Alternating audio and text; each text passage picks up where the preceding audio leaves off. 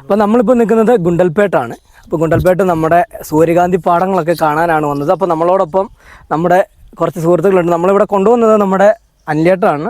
അനിലേട്ടാ hi. അതുപോലെ മനു ഉണ്ട്, പിന്നെ ചേട്ടൻ്റെ ഒരു സുരേന്ദ്രൻ അല്ലേ, ഓക്കെ. അതുപോലെ നമ്മുടെ അമ്മാവൻ.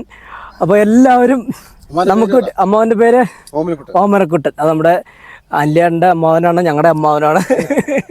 ഓക്കെ. അപ്പോൾ ഞങ്ങളുടെ ഇവിടുത്തെ കാഴ്ചകളൊക്കെ കണ്ട് ഇങ്ങനെ നടന്ന് അപ്പോൾ കുറേ കാര്യങ്ങളെടുത്തു. അപ്പം ഇവരുടെയൊക്കെ എക്സ്പീരിയൻസ് ഒക്കെ ഉൾപ്പെടുത്താം. കാരണം വരണം എല്ലാവരും ഇവിടെ ഈ ഒരു ആഗസ്റ്റ് മാസം അല്ല മനു, ആഗസ്റ്റ് മാസം തീരുന്നതിന് മുമ്പ് വരുവാണെങ്കിൽ നമുക്ക് എല്ലാ കാഴ്ചകളും നന്നായിട്ട് ആസ്വദിക്കാം. ഇല്ലാത്ത പക്ഷം നമ്മൾ മഴയൊക്കെ മാറിക്കഴിയുമ്പോൾ ഇത് ഉണങ്ങിയൊക്കെ പോകും. അപ്പം വലിയ ഭംഗിയൊന്നും ഉണ്ടാവില്ല. ഇപ്പോൾ എവിടെ വന്ന് നോക്കിയാലും നല്ല ചുറ്റുവട്ടം നല്ല ഭംഗിയാണ്.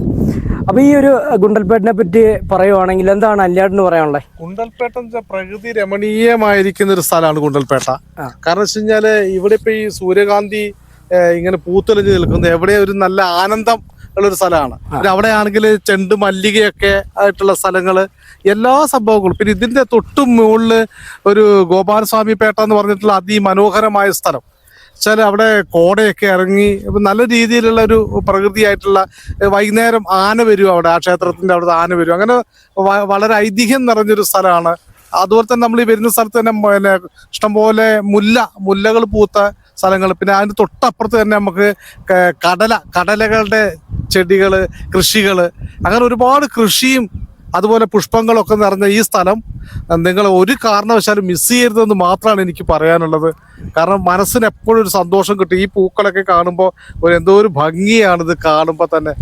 സൂര്യനോട് അഭിമുഖമായിട്ട് നിൽക്കുന്ന ഒരു പുഷ്പം എന്ന് പറഞ്ഞാൽ ഈ സൂര്യകാന്തി തന്നെയാണ്. കാന്തിയാണ്, അതെ അതെ അതെ, സൂര്യന്റെ കാന്തിയാണ്. സൂര്യൻ എങ്ങനെയാണോ ആ ഒരു കാന്തിയോട് കൂടിയിട്ടുള്ള ഒരു പുഷ്പമാണ്. നമുക്ക് വളരെയധികം ഇഷ്ടം തോന്നുന്ന ഒരു രസമുള്ള ഒരു നല്ല. അതുപോലെ അനിലേട്ടാ ഒരു ഉപകാരം കൂടെ, നമുക്ക് ഈ ഗുണ്ടൽപേട്ടിലോട്ട് നമ്മുടെ കേരളത്തിൽ നിന്ന് എത്താനുള്ള റൂട്ട് കൂടെ ഒന്ന് പറഞ്ഞുതരാമോ?